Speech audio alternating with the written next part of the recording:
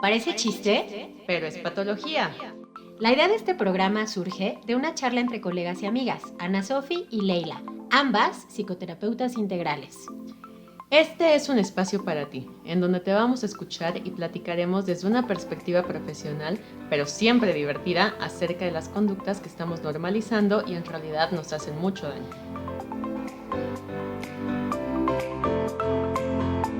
Hola, ¿cómo están? Hola, Ya estamos aquí otra vez en su programa Parece chiste. pero es patología.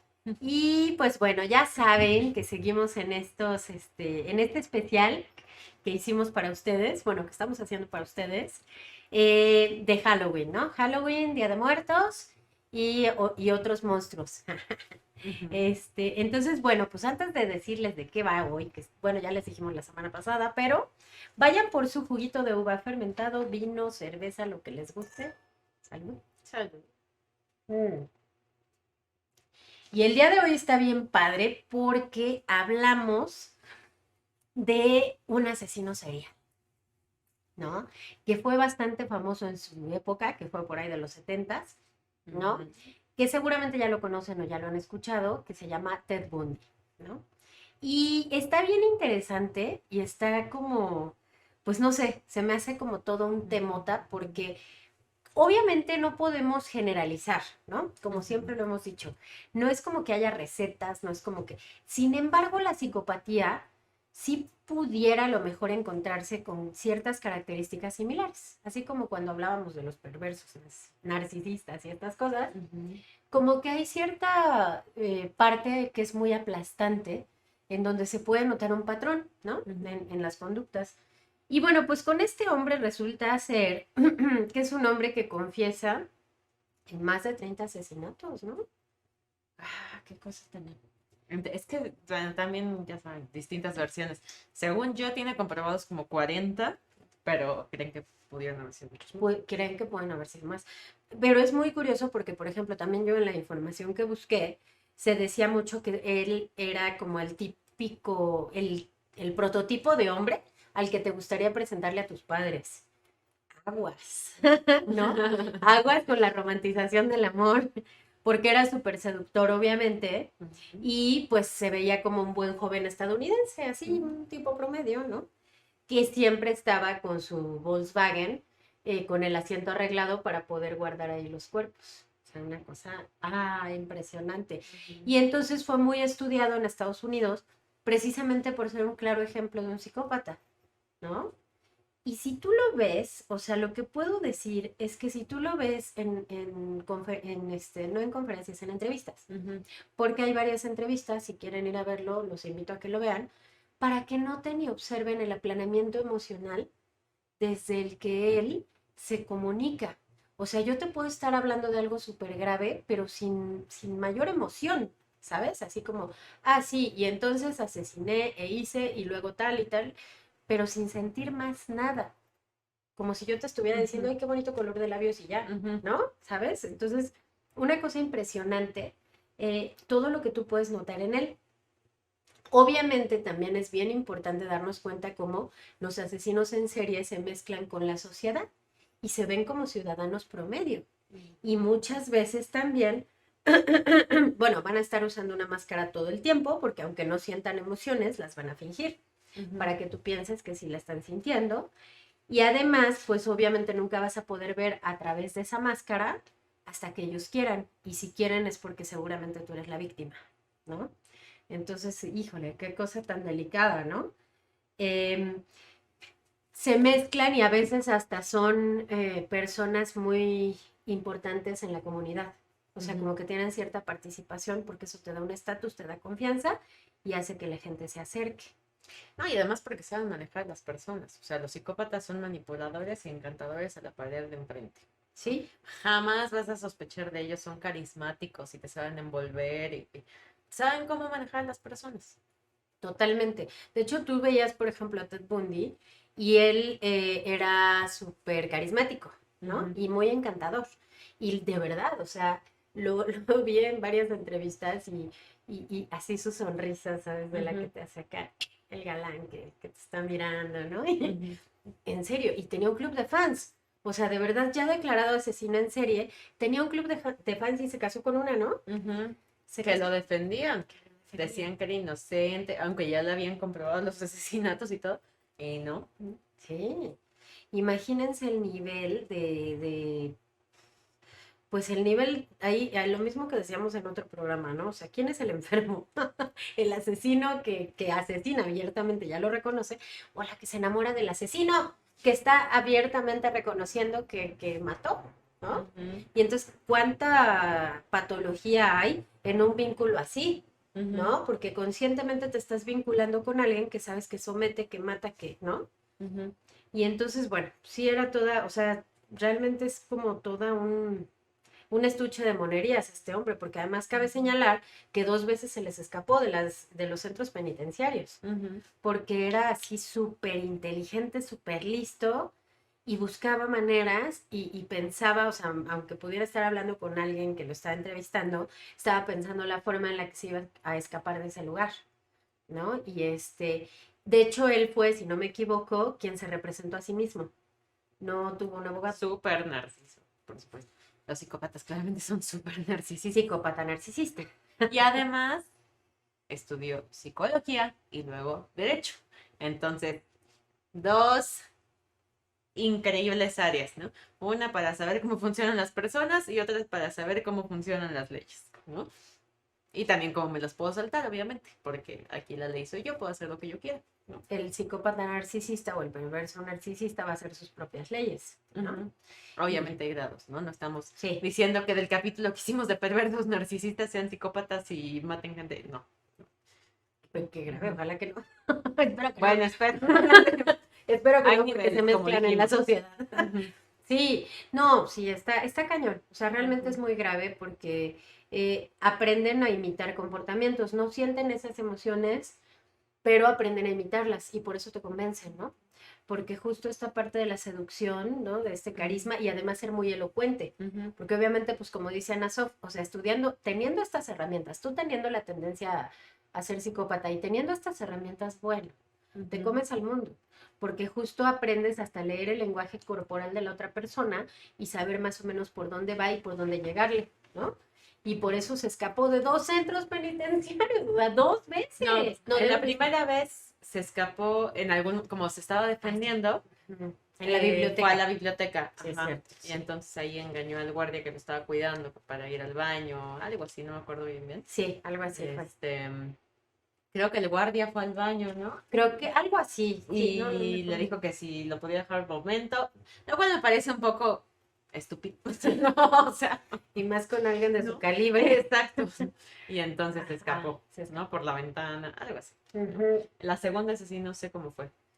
Tampoco, no me acuerdo ahorita, pero creo, sí, ahí sí fue en un centro penitenciario. O sea, la verdad, pero el caso es que igual lo maquinó todo, lo planeó y se escapó, ¿no? Entonces, digo, eso no es una cosa sencilla, eso lo tiene que hacer alguien que acá está completamente preparado y que tiene listos como sus herramientas para salirse con la suya, porque además, no me acuerdo cuánto tiempo fue, pero sí estuvo un ratote prófugo, ¿no? Y volvió a matar en ese... Obviamente. Pero bueno, vamos a darle estructura, ¿no? A su historia, A ¿no? su Para historia. que Así es. entiendas, ¿no? Así es. Entonces, ¿les contamos un poquito de cómo fue su vida? Sí, por ¿Sí? favor. Bueno, como en todo ya saben, ¿no? Que pues hay gente que le gusta ponerle crema a los tacos, demás. Entonces, obviamente hay información como muy diversa. ¿No? Tomamos los datos que notamos que se repetían en distintos lugares, Así porque es. es lo que queremos que es más consistente. Más o menos, sí. Entonces, bueno, Ted Bundy nace en 1946. Su mamá fue muy joven, o sea, un embarazo tal vez adolescente. Y digo tal vez porque no encontré qué edad tenía.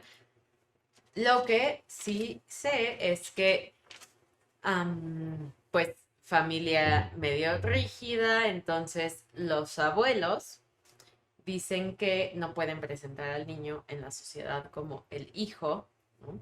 De su hija, ¿no? Porque pues, fue una metidota de pata, ¿no? Ni papá tenía el chamaco, pues, o sea, papá Imagínate. presente, Y ¿no? tan mal visto en esos tiempos, ¿no? Ajá, exacto. Entonces, ellos asumen la paternidad del chamaco, entonces crece siendo hermano de su mamá. Hasta que en algún momento la mamá decide que se va a ir a vivir a otra comunidad, a otra ciudad de Estados Unidos. Tengo entendido que con su nueva pareja. Y entonces es cuando empieza ahí el jale de, pero ¿por qué me tengo que ir con ella? Yo me quiero quedar aquí. Y entonces es cuando le dicen, pues que ella Es es tu tu mamá, mamá. ¿no? Chan, chan. Y además había crecido sintiéndose muy rechazado por su mamá, slash su hermana, ¿no? Entonces, realmente había vivido cierto, bueno, obviamente en ese momento es un impacto enorme que se percibe como abandono de la figura materna. Yo sé que dicen que siempre todo tiene que ver con la mamá, pero es que no es que yo diga que sí, pero No es que sí, pero sí. no, es que es una figura muy importante en el sentido de son las personas con las que tenemos el primer contacto con el mundo. Son las personas responsables de darnos autoestima, confianza, identidad, Contención, ajá, de enseñarnos a socializar. nutrir. Entonces, como ya les hemos dicho, es una función materna la pueden cumplir muchas personas, pero de que esa función materna y función paterna nos marcan, claro. Entonces, imagínense de pronto darte cuenta que tu verdadera mamá te rechazó y abandonó su papel como tu mamá y que además como tu hermana te estuvo tratando mal, porque obviamente la mamá también traía su historia, ¿no? Y ser mamá adolescente, pues seguramente no es sencillo, bueno, mamá joven. O sentir que vas a ser rechazada por haber tenido a tu hijo, pues tampoco debe ser sencillo, entonces eso te debe llevar a, si estás como libre del gancho de tener que ser la mamá, pues es sencillo rechazar al niño, ¿no? Claro. Y tratarlo mal porque es algo que te enoja, ¿no? Sí, sí, sí. Pero crecer con esto, siendo Ted Bundy, pues obviamente te va desarrollando mucho enojo hacia las figuras femeninas, Femenina, sí. ¿no?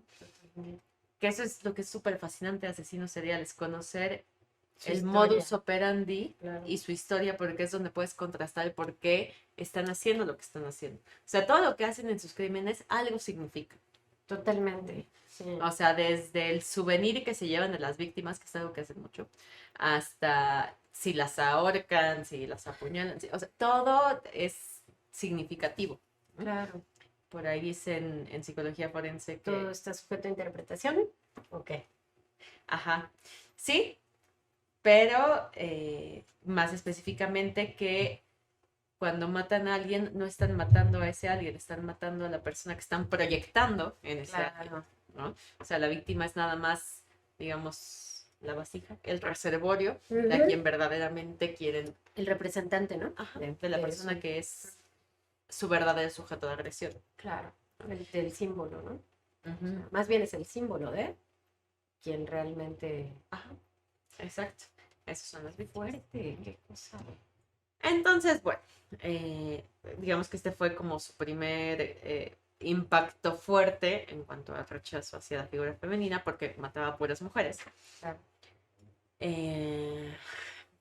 Sí tuvo un padrastro, el padrastro pues como que quiso hacer vínculo con él, pero no se pudo, y empezó a mostrar signos de trastorno disocial, ¿no? Que el trastorno disocial es el trastorno antisocial, pero en niños. El trastorno antisocial no puede ser diagnosticado hasta que cumples 18 años, ya como adulto, ¿no? Como niño se puede empezar a marcar un trastorno disocial que es como el niño psicópata, ¿no? Digamos.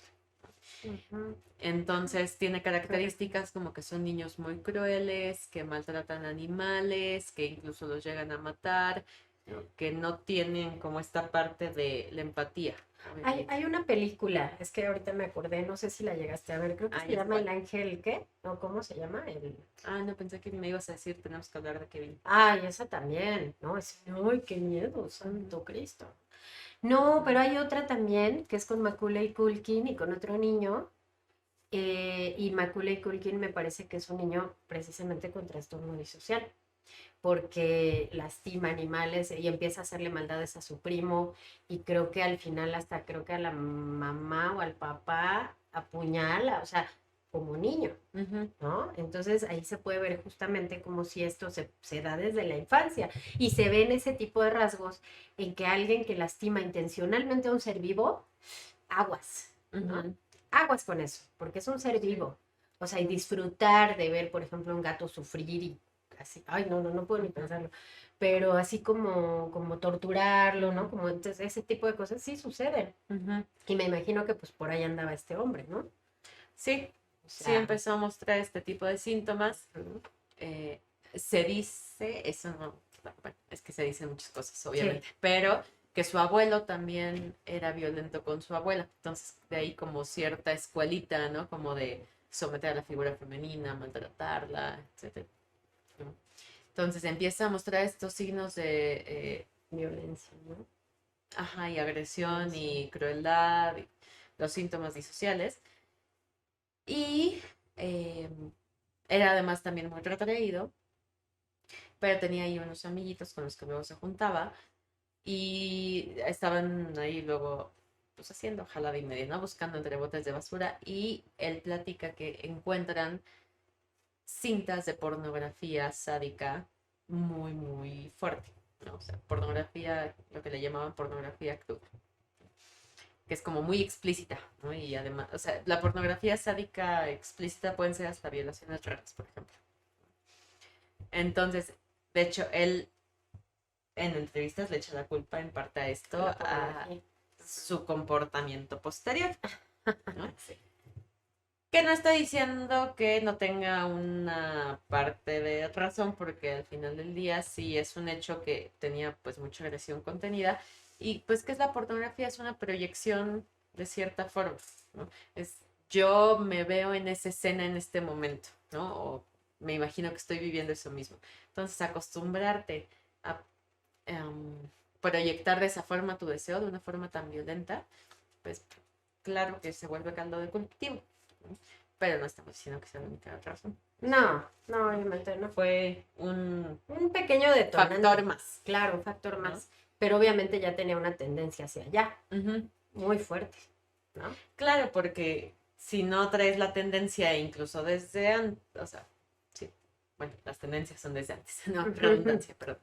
Si no traes la tendencia, ves eso y ni siquiera te gusta, ¿no? Lo rechazas, tal vez. Claro, o sea, de entrada no te quedas a mirarlo. O Claro. no te causa excitación.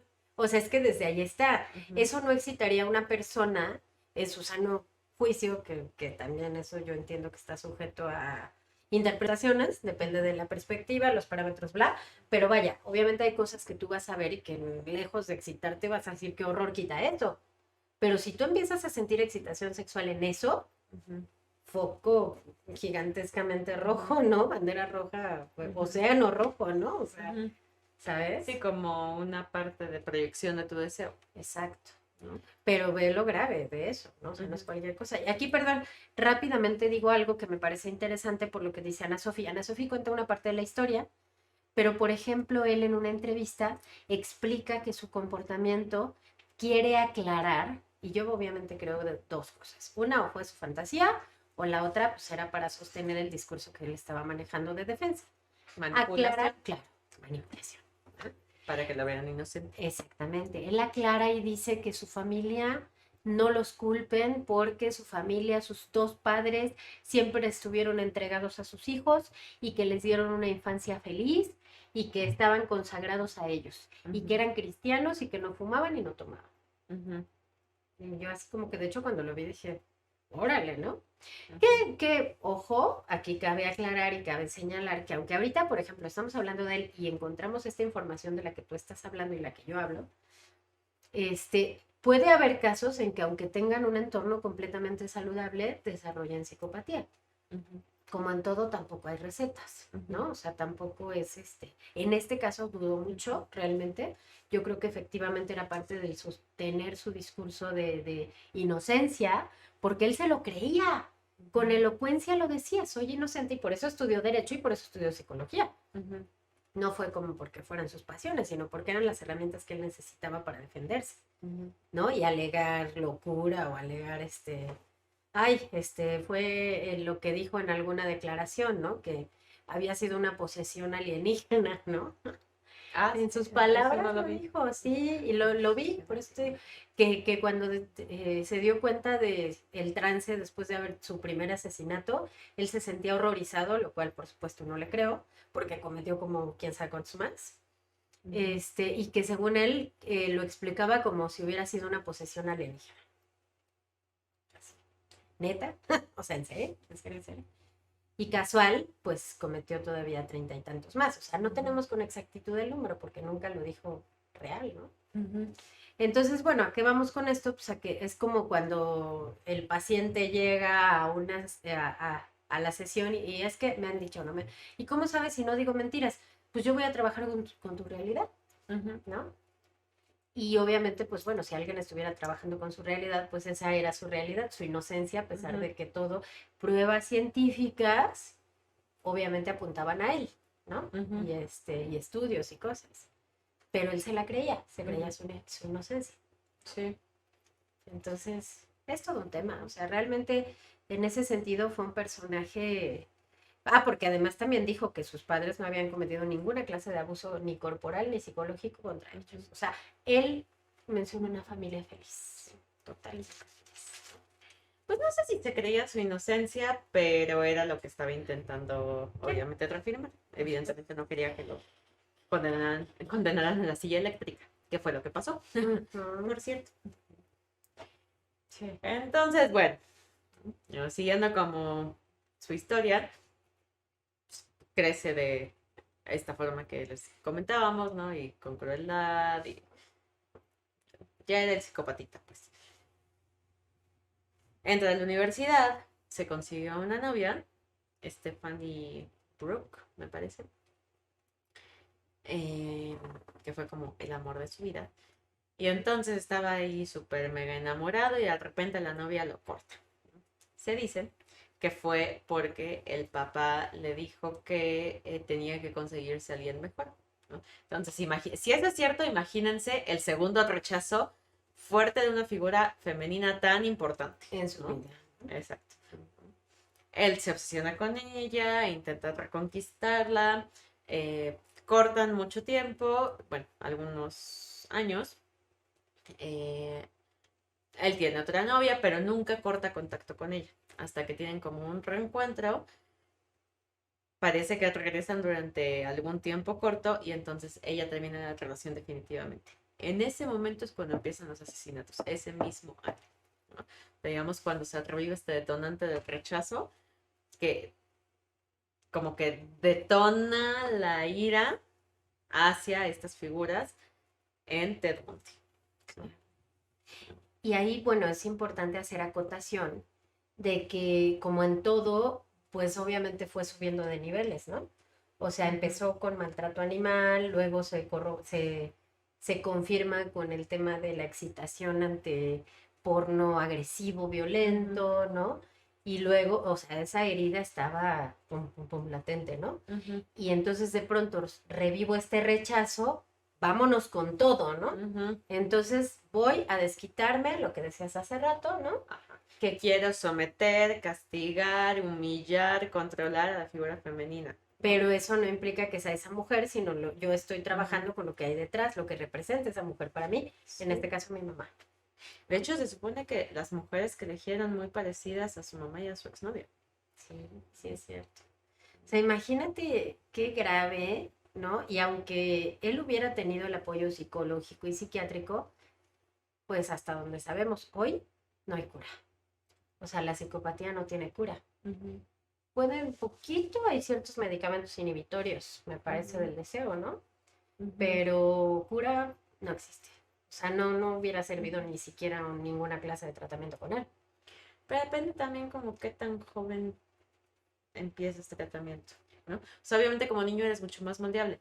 Lo digo porque yo sí he visto casos, o sea, no casos así, ¿no? Pero he leído, ¿no? Casos de niños que muestran signos de trastorno disocial y se les empieza a tratar y evolucionan, cuando menos para sublimar estas tendencias de una forma adecuada. Puede ser, ¿no? Puede ser, tiene lógica, pero como dices, depende cuando empiezas a ser tratado. Este hombre ya no tenía forma, o sea, ya no, eso sí. no había manera. Además, así siendo como era súper manipulador, ¿no? O sea, no hay forma, no hay forma. O sea, y además era muy inteligente, o sea, sí cabe señalar que era muy inteligente y que esa inteligencia pues la utilizó para su defensa, ¿no? Y la utilizaba, por eso tenía un club de fans.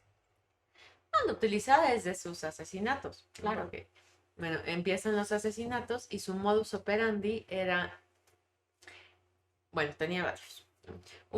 Como sí seleccionan a sus víctimas porque algo les significan, podía seleccionarla y seguirla hasta su casa, por ejemplo, ¿no? Pero es mucho más famoso este modus operandi en el cual él fingía que tenía un cabestrillo y que tenía que cargar unos libros. Y entonces, pues, apelando a la empatía. ajá, y a esta tendencia femenina como de ayudar, ¿no? Y cuidar. Y entonces tiraba libros casual, ¿no? Enfrente de las Se chavas. me cayó. Exacto. Sí. Y pues lo veían ahí medio lisiado, ¿no? Ay, te ayudo, ¿no? Y empezaba a platicar con ellas y pues con la labia, el verbo, ¿no? Su Encantador. carisma. Ajá. Exacto, ¿no? Entonces iba generando confianza, ¿no? Que obviamente es una parte muy importante para jalar a tu víctima a donde tú quieres que vaya. Qué bueno. ¿No? Y entonces terminaba con este cuento de, ¿sabes qué?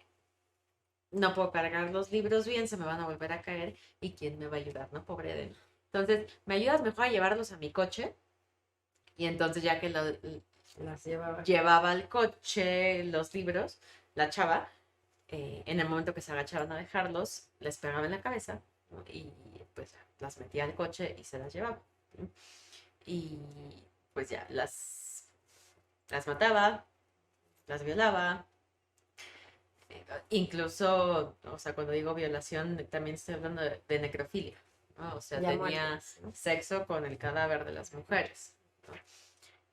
Que todo esto pues es muy simbólico. Les daba unas golpizas bárbaras, ¿no? Pero bárbaras.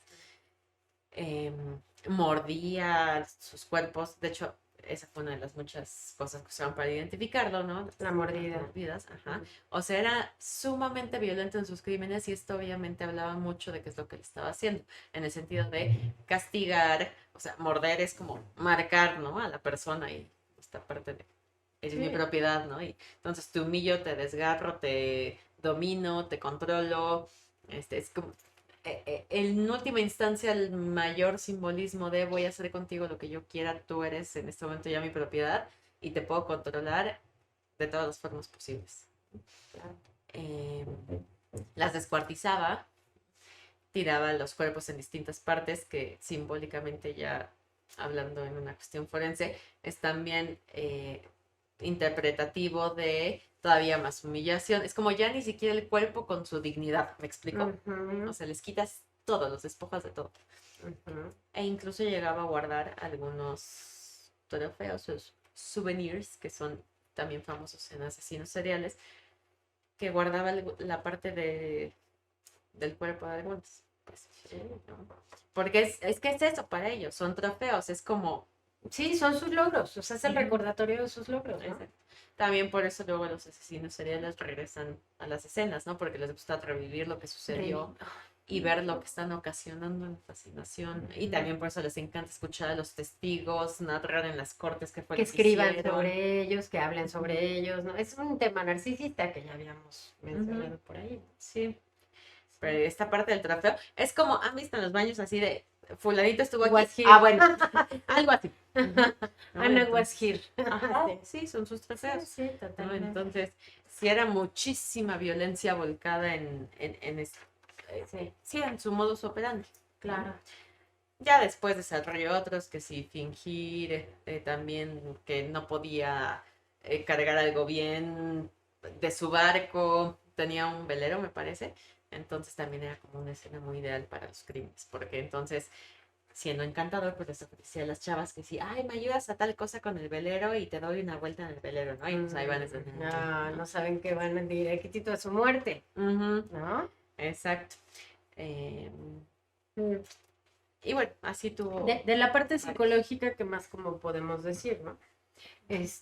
O sea, bueno, lo que dice Ana Sofía en cuanto a cómo creció, sí es casi, yo veo que sí puede haber casos de, o sea, sí, porque puede haberlos, de personas que crecen en una familia medianamente normal y aún así desarrollan psicopatía.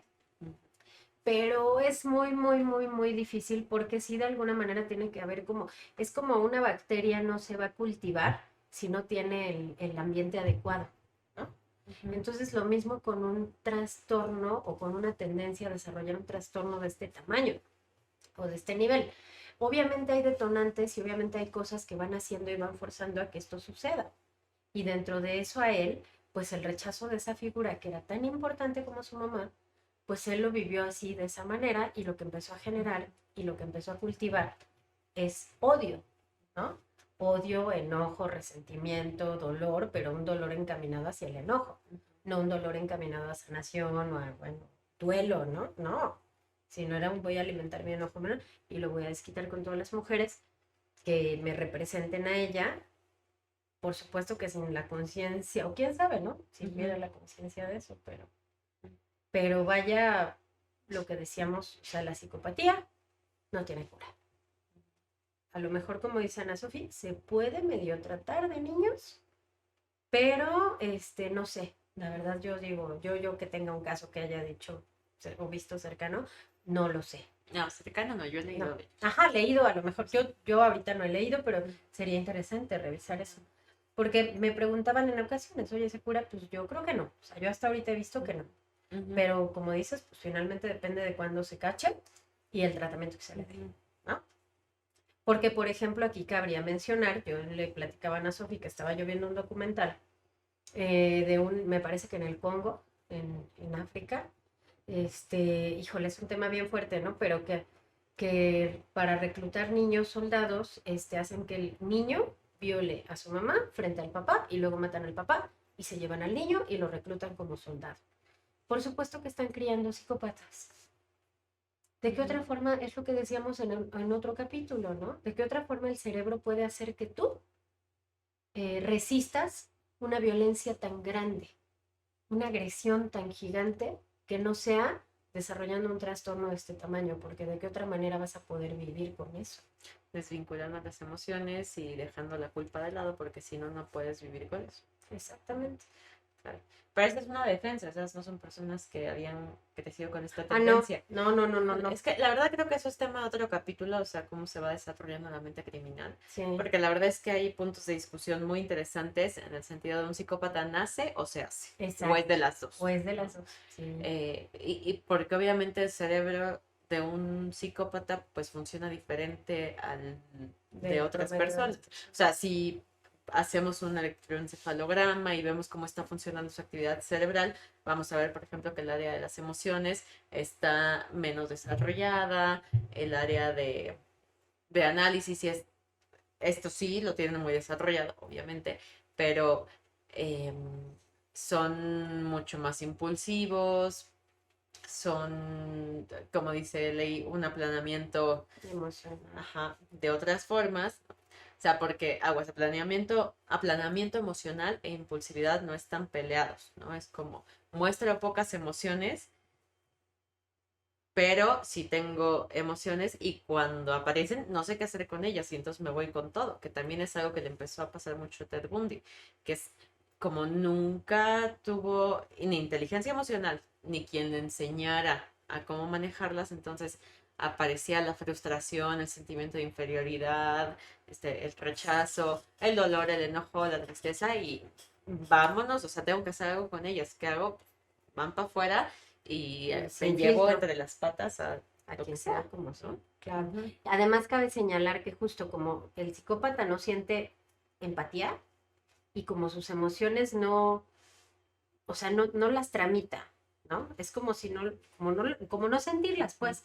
Entonces, por eso, para generar algo, ese algo tiene que ser con un impacto muy grande para que yo pueda llegar a sentir algo. Por ejemplo, la excitación. Por eso va subiendo de nivel. Primero es un porno violento y agresivo y después tiene que ser el matar a una persona. Porque va subiendo y porque aún así nunca es suficiente. Por eso mató a tantas mujeres. Porque al final no sentía las emociones. Entonces, escalando y llegar a niveles estratosféricos y todavía después atreverte a decir que eres inocente, ¿no? Con esa frialdad. con esa frialdad. Entonces, imagínense qué grave. Pues yo creo que a lo mejor, no sé qué consideras más que sea importante decir, pero igual con eso podríamos un poquito como empezar a concluir, ¿no? Sí. Pues la verdad, estos son casos que incluso se dan más frecuente de lo que pensamos, o lo que es muy difícil identificarlos. No estoy diciendo que hay asesinos seriales en todos lados, pero sí hay niveles de psicopatía, ¿no? Y que a veces tenemos normalizados y que a veces nos cuesta mucho trabajo darnos cuenta. Por todo lo que ya hemos explicado, empezando porque son usualmente carismáticos y encantadores, aunque ni siquiera sean sociales, pero van a fingir que lo son y saben cómo hacerlo. Entonces sí son personas peligrosas. No estamos diciendo que todo sea negro y condenado, ¿no? ¿Por qué? Y digo, ya puede ser tema de otro capítulo, pero el otro día estaba viendo justo un documental por ahí de cómo se gesta la mente criminal. Y de hecho está chistoso porque sacan los estudios que le hicieron a alguien, ¿no? Y el encargado de leer los estudios dice, esta persona, o sea, casi hay que dar aviso a la policía porque es súper mega peligrosa, ¿no? O sea, tiene a nivel cerebral todo lo que tendría un psicópata, ¿no? O sea, el área de las emociones disminuida, ¿no? Y el aprendizaje efectivo y la impulsividad, ¿no? O sea, para sacar nada más la emoción y se acabó, ¿no? ¿Verdad? ¿Sabes de quién eran los estudios? ¿De quién? Del mismo. No, güey. Y era una persona funcional, por eso digo que no todo es negro y negativo, aunque traigas esta tendencia. Es cuál es el caldo de cultivo, qué es lo que estamos haciendo, ¿no? O sea, claro. Esta era una persona perfectamente funcional, que por ejemplo, tal vez la fascinación por este tipo de temas lo podía proyectar hasta en su trabajo, ¿no? O sea, lo podía sublimar por ahí. Y entonces, y a lo mejor sí le costaba un poco comprender las emociones de otras personas.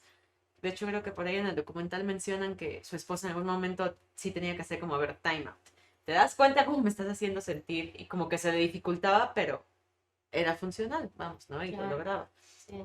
¿No? Entonces, ¿cuál es el caldo de cultivo en el que estamos formando a las personas, ¿no? Sí.